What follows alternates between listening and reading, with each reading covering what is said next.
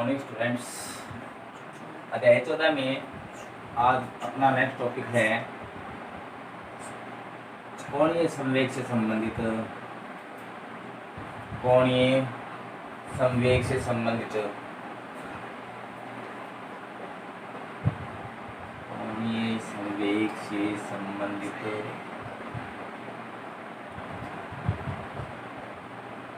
Electron कक्ष की त्रिज्या ज्ञात करना। इलेक्ट्रॉन कक्ष की त्रिज्या ज्ञात करना। इलेक्ट्रॉन कक्ष की त्रिज्या ज्ञात करनी है। तो मान लीजिए स्मॉल आर त्रिज्या के वर्ताकार पथ में स्मॉल एन द्रव्यमान का कोई इलेक्ट्रॉन v वेग से गतिमान है और वर्ताकार पथ में गतिमान होने के लिए निल्स बोर की प्रथम अवधारणा के अनुसार क्या कहा जाता है कि आवश्यक अभिकेंद्रीय बल होता है वो कूलॉम बल की क्या होता है, तुल्य होता है। ठीक है ना। तो निल्स बोर की प्रथम अवधारणा से निल्स बोर की प्रथम अवधारणा से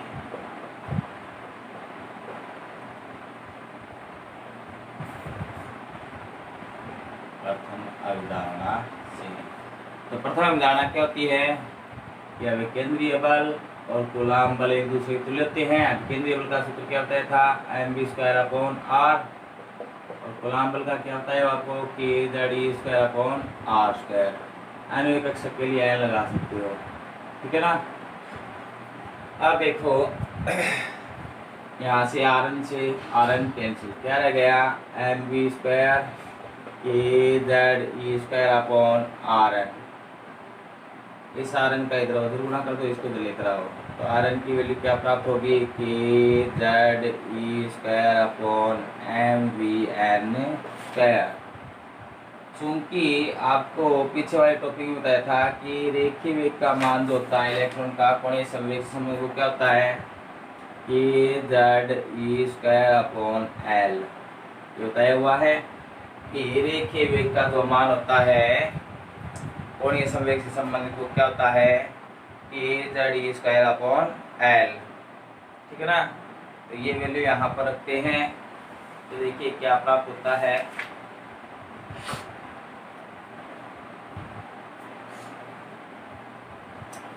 तो इसलिए Rn बराबर kZe²/m ऐसा Vn की वैल्यू यहाँ पर रखते हैं तो स्क्वायर लगाओ तो इस पर स्क्वायर लगाएंगे तो क्या आएगा kZe²/m L² है वो कहाँ चला जाएगा ऊपर। kZe² एक तो कैंसिल हो गया। Rn बराबर क्या गया L²/m kZe²। ये वैल्यू प्राप्त हुई है। चूंकि निल्स बोर की द्वितीय धारणा क्या कहती है, L की वैल्यू क्या होती है NH/2π। ठीक है। k की वैल्यू क्या होती है 1/4πε0। इसलिए Rn बराबर L के स्थान पर NH/2π रखेंगे तो स्क्वायर करेंगे तो n² s², 2π का करेंगे तो 4π²। ठीक है। अपॉन में क्या है m ऐसा रख लो। a की वैल्यू तो 1/में आएगा 4πε0 को कहाँ जाएगा ऊपर चला जाएगा गुणा में 4πε0 इंटू Z e²। ठीक है ना। तो इसके अनुसार आगे हल करते हैं तो 1π से 1π कैंसिल, 4 से 4 कैंसिल तो Rn बराबर क्या रह गया n² h² पाई m ZE²।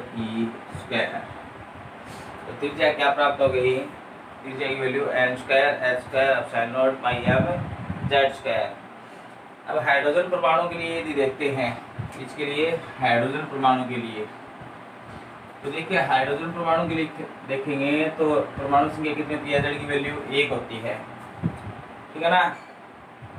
तो इसके अलावा n के अलावा सभी नियतांक देखो h है ε0 है पाई है m है e है ये नियतांक है तो क्या लिखेंगे माना n² s² sorry H square epsilon naught pi M Z E square, या सॉरी ई स्क्वायर जेड बराबर एक ले लिया, तो ये आर नोड मानी जाती है। ठीक है ना, क्या बनती है? आर नोड, जिसको इसको हल करने पर आर नोड की जो वैल्यू होती है वो कितनी प्राप्त होगी? 0.53 एंगस्ट्रॉम प्राप्त होगी। कितनी प्राप्त होगी? 0.53 एंगस्ट्रॉम। इसलिए क्या लिखेंगे? आर एन बराबर, तो H square epsilon naught pi M Z E square के स्थान क्या रखते हैं? आर एन देते हैं, सॉरी आर नोड, तो एन स्क्वायर आर नोड। ठीक है ना, तो ये आपके पास किसी भी कक्ष से समय त्रिज्या ज्ञात कर सकते हो। जहाँ पर एन क्या है? कोष की संख्या या कक्ष की संख्या, आर नोड क्या है? नियतांक है। यदि हाइड्रोजन परमाणु की प्रथम कक्षा ली अर्थात एन की वैल्यू क्या लें? 1 लें। ठीक है ना, तो इसके लिए जो त्रिज्या प्राप्त होती है वो किसके तुल्य होगी? 1 स्क्वायर गुणा आर नोड। आर एन बराबर आर नोड, और आर नोड की वैल्यू अभी मैंने बताई थी, लिख दो यहाँ पर, इसकी वैल्यू मैंने बताई थी आपको 0.53 एंगस्ट्रॉम। तो हाइड्रोजन परमाणु के लिए जो प्रथम कक्षा के लिए त्रिज्या प्राप्त होती है उसको बोर त्रिज्या कहते हैं, जिसका मान कितना प्राप्त होता है? 0.53 एंगस्ट्रॉम प्राप्त होता है। तो वापिस देख लीजिए कोणीय संवेग से समय इलेक्ट्रॉन कक्षीय त्रिज्या कैसे प्राप्त की थी। तो इसमें क्या बताया जाता है कि आवश्यक जो अभिकेंद्रीय बल होता है किसी भी इलेक्ट्रॉन को वर्ताकार पथ में परिक्रमा करने के लिए, आवश्यक जो अभिकेंद्रीय बल होता है वो कूलम्ब बल के क्या होता है? तुल्य होता है। ठीक है ना, तो आवश्यक अभिकेंद्रीय बल का सूत्र लिख दिया बल की प्रथम अवधारणा से, और अभिकेंद्रीय बल का सूत्र लिख दिया और कूलम्ब बल का। ठीक है, हल करके यहाँ से आर एन की अर्थात त्रिज्या की वैल्यू निकाल लीजिए। अब देखिए चूंकि वी एन बराबर क्या होता है? के जेड स्क्वायर अपॉन एल होता है। यहाँ पर वैल्यू रखते हैं। ठीक है, तो वैल्यू रखेंगे यहाँ पर, तो स्क्वायर करना होगा इसका, तो के जेड स्क्वायर इससे कैंसिल हो जाएगा, अपॉन में एल स्क्वायर होगा, वो ऊपर चला गया। ठीक है, आर एन की वैल्यू निकालते हैं, ये शेष रह जाएगा। एल की वैल्यू दिया जाता है 2 और के की होती है 1/4 एप्सिलॉन नॉट, रख देते हैं तो कैंसिल होगा ऊपर। तो आर एन बराबर क्या है? N square H square epsilon naught upon pi M Z E square. तो यहाँ पर देखिए हाइड्रोजन परमाणु के लिए जेड की जो परमाणु संख्या होती है वो कितनी होती है? 1 होती है। एच नियतांक है, एप्सिलॉन नॉट नियतांक है, पाई नियतांक है, एम नियतांक है, ई भी नियतांक है। इसको संपूर्ण रूप से एक नया नियतांक मान लिया आर नोड, जिसका फिक्स मान कितना आएगा? हल करने के लिए नियतांक को मान रखने पर 0.53 एंगस्ट्रॉम। तो इस सूत्र में हमने ये रख दिया। ठीक है, आर एन बराबर N square R node. Hydrogen की परमाणु की प्रथम कक्षा के लिए यदि त्रिज्या का मान निकालते हो तो वो 0.53 एंगस्ट्रॉम प्राप्त होती है, जिसे बोर त्रिज्या कहा जाता है, जिसे आर नोड द्वारा व्यक्त किया जाता है।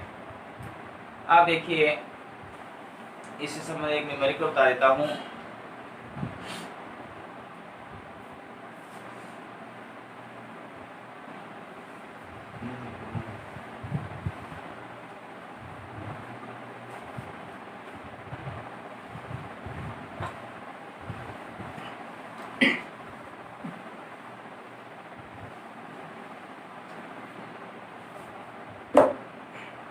देखिए क्या दे रखा है, एक क्वेश्चन है हाइड्रोजन परमाणु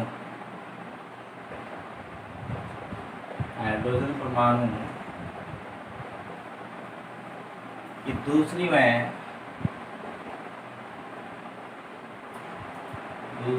तीसरी कक्षा के लिए त्रिज्या का अनुपात ज्ञात कीजिए।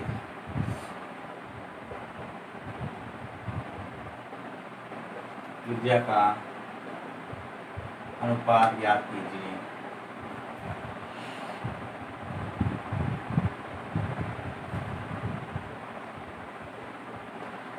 तो दूसरी और तीसरी कक्षा के लिए त्रिज्या अनुपात ज्ञात करना है। तो देखिए आंसर में क्या लिखते हैं। तो आपको ज्ञात करना क्या? R2/R3 इन त्रिज्याओं का अनुपात ज्ञात करना है। तो हमारे अनुसार सूत्र क्या होता है? Rn बराबर एन स्क्वायर आर नोड, ये देखा था। दूसरी कक्षा के लिए हाइड्रोजन परमाणु की दूसरी कक्षा के लिए एन की वैल्यू कितनी हो जाएगी? 2। त्रिज्या एन बराबर क्या लिखेंगे? 2। तो R2 बराबर 2 की स्क्वायर हो जाएगी यहाँ पर इंटू आर नोड। 2 की स्क्वायर कितनी होती है? 4। R naught. समीकरण नंबर 1। फिर तीसरी कक्षा के लिए पूछा है तो क्या लिखेंगे, तीसरी कक्षा के लिए त्रिज्या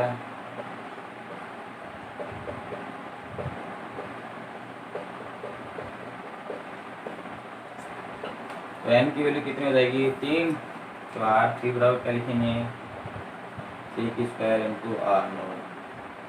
कितनी हो जाती है 3 स्क्वायर 9 आर नोट। समीकरण 1 में समीकरण 2 का भाग दे दीजिए, तो समीकरण 1 में समीकरण 2 का भाग देने पर समीकरण 2 का भाग देने पर तो क्या आएगा R2 upon R3 4 R nought upon 9 R nought. R nought से R nought cancel, R2 upon R3 equal 4 upon 9। तो इस प्रकार दूसरी और तीसरी कक्षाओं की त्रिज्या अनुपात कितना प्राप्त हो गया 4/9 या 4:9 प्राप्त हुआ। ठीक है ना। अब देखिए अगला टॉपिक अपना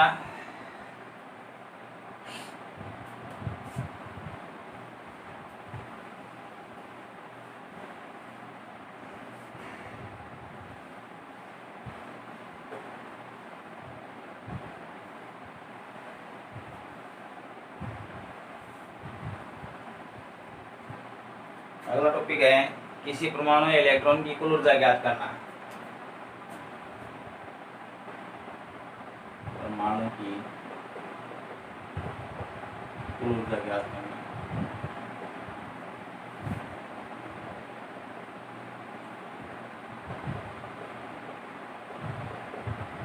देखिए किसी परमाणु या इलेक्ट्रॉन की कुल जो ऊर्जा होती है वो उसकी गतिज ऊर्जा और स्थितिज ऊर्जा के योग के तुल्य होती है। अर्थात मान लीजिए ये है कुल ऊर्जा, तो गतिज ऊर्जा और स्थितिज ऊर्जा के योग की क्या होगी तुल्य। ये कुल ऊर्जा को व्यक्त करता है kT, गतिज ऊर्जा को U किसको व्यक्त करता है स्थितिज ऊर्जा को।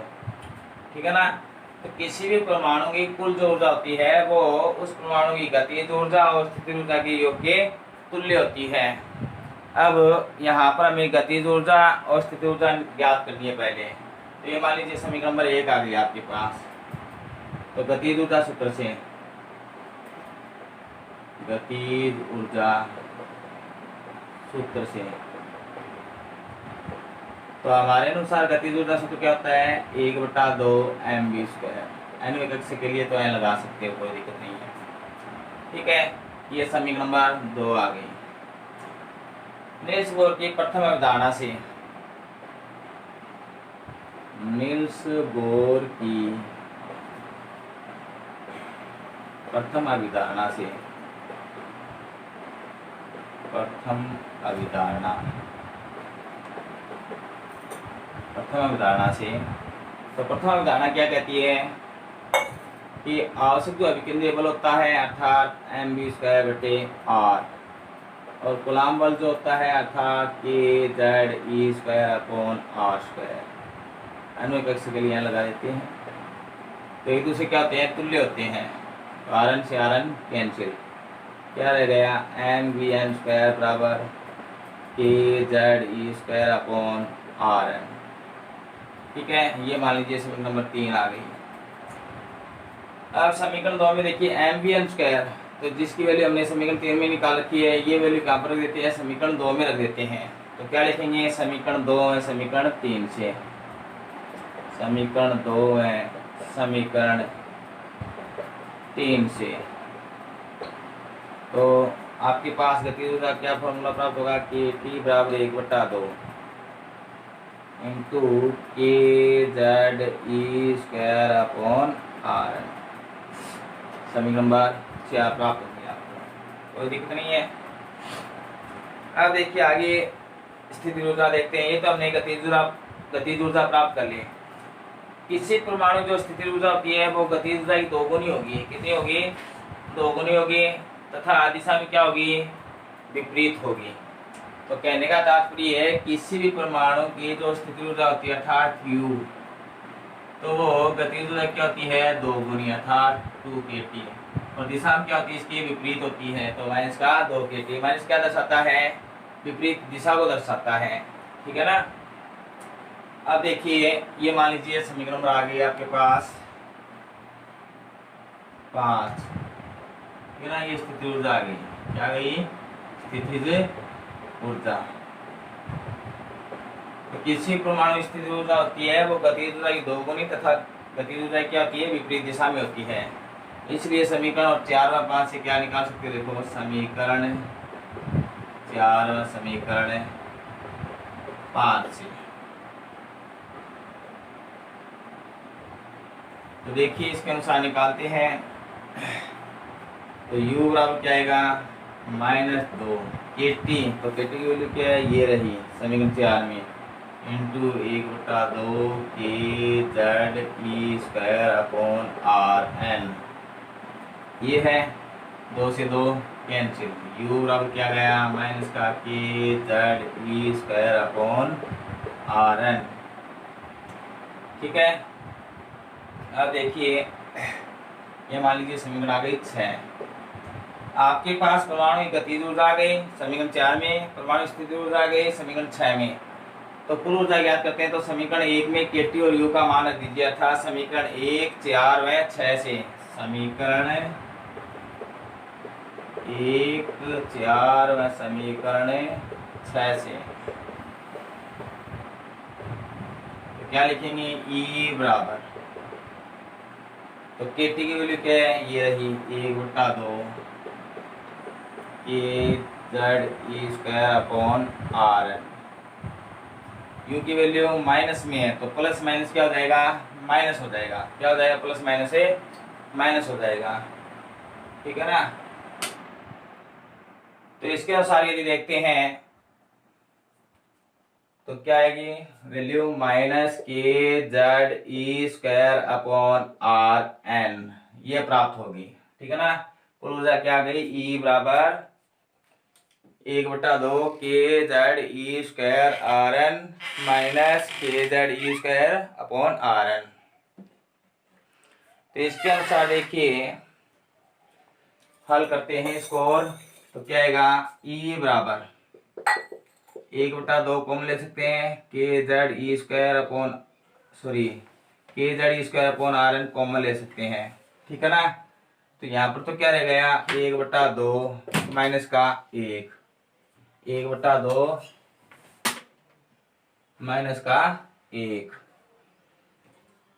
तो प्लस का आधा माइनस का 1, तो माइनस का 1/2 आ गया, नहीं आ गया, हल करेंगे तो माइनस का 1/2 kZe²/RN कुल ऊर्जा ये प्राप्त हो गई। अब K की और RN की वैल्यू रखते हैं।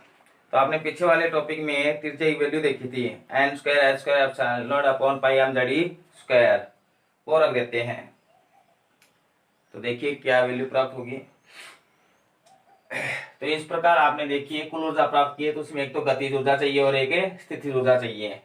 तो गतिज ऊर्जा तो क्या कहता है, 1/2 mv² होता है, ठीक है। अन्वय कक्ष के लिए Vn हो गया। लेस बोर की प्रथम अवधारणा क्या कहती है कि आवश्यक जो अभिकेंद्रीय बल होता है अर्थात mv²/Rn, और जो कूलाम बल होता है kZe²/RN², तो ये एक दूसरे क्या होते हैं, तुल्य होते हैं। इसकी सहायता से हमने mvn² की वैल्यू ज्ञात कर ली है, ठीक है ना। तो इसकी सहायता से ये जो mvn² की वैल्यू है समीकरण 2 में रखी है। तो इसकी सहायता से आपके पास समीकरण 2 और 3 से क्या ले सकते हो, KT बराबर आपके पास सूत्र आ गया 1/2 kZe²/RN, ठीक है। अब स्थिति ऊर्जा ज्ञात करते हैं। तो किसी भी परमाणु की जो स्थिति ऊर्जा होती है वो गतिज ऊर्जा की दोगुनी होगी तथा गतिज ऊर्जा क्या होगी, विपरीत दिशा में होगी। तो क्या लग जाएगा, माइनस लग जाएगा, ठीक है। तो इसके अनुसार KT की जो वैल्यू आपने समीकरण 4 में प्राप्त की वो रखी है, 2 से 2 क्या हो जाएगा, कैंसिल। तो स्थिति ऊर्जा कितने प्राप्त हो गई, माइनस का kZe²/RN, ठीक है। अब आपके पास गतिज ऊर्जा आ गई और परमाणु की स्थिति ऊर्जा आ गई। तो किसी परमाणु की गतिज ऊर्जा और स्थिति ऊर्जा आ जाए तो आप कुल ऊर्जा ज्ञात कर सकते हो। तो समीकरण 1 में इसकी क्या रख दीजिए, वैल्यू रख दीजिए। तो देखिए KT की जो वैल्यू है वो रखते हैं, ठीक है। तो ये रख दी हमने। इसी प्रकार U की जो वैल्यू है वो रख दी, प्लस माइनस क्या हो गया, माइनस हो गया। kZe²/RN कॉमन ले सकते हैं, तो यहाँ पर रहेगा 1/2, यहाँ पर रहेगा -1, तो प्लस का आधा है माइनस का 1 है, तो माइनस का 1/2 रह गया, नहीं रह गया। अब आगे हल करते हैं।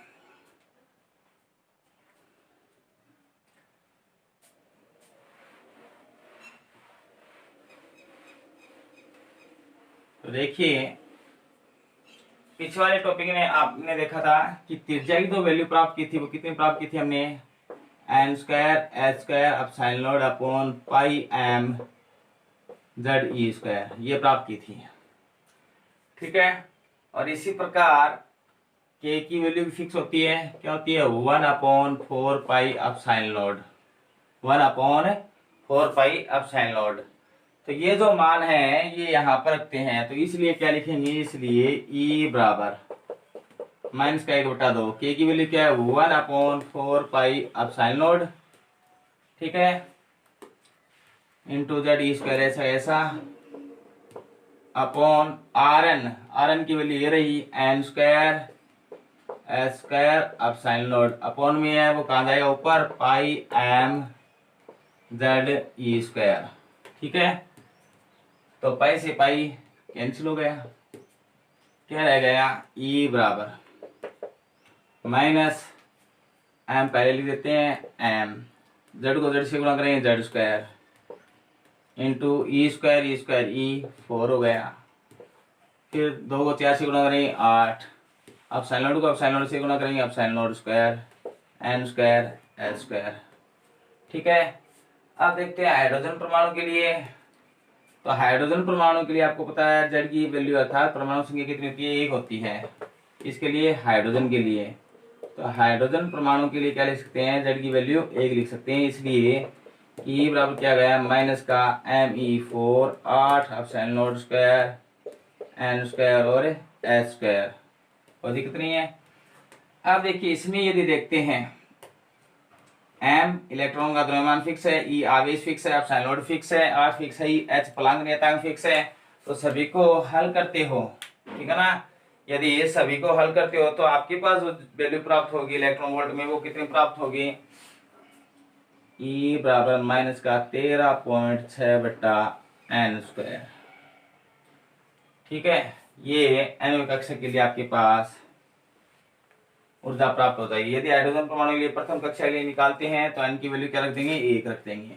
ठीक है, तो इस प्रकार आपने एनवीं कक्षा के लिए किसी परमाणु की कुल ऊर्जा ज्ञात कर ली, जो लगभग कितनी प्राप्त हुई है, 13.6/n स्क्वायर इलेक्ट्रॉन वोल्ट में प्राप्त हुई है। ठीक है, अब इससे संबंधित जो नेक्स्ट टॉपिक है वो अगली क्लास में बताएंगे। आज के लिए इतना काफी है। Okay, good bye.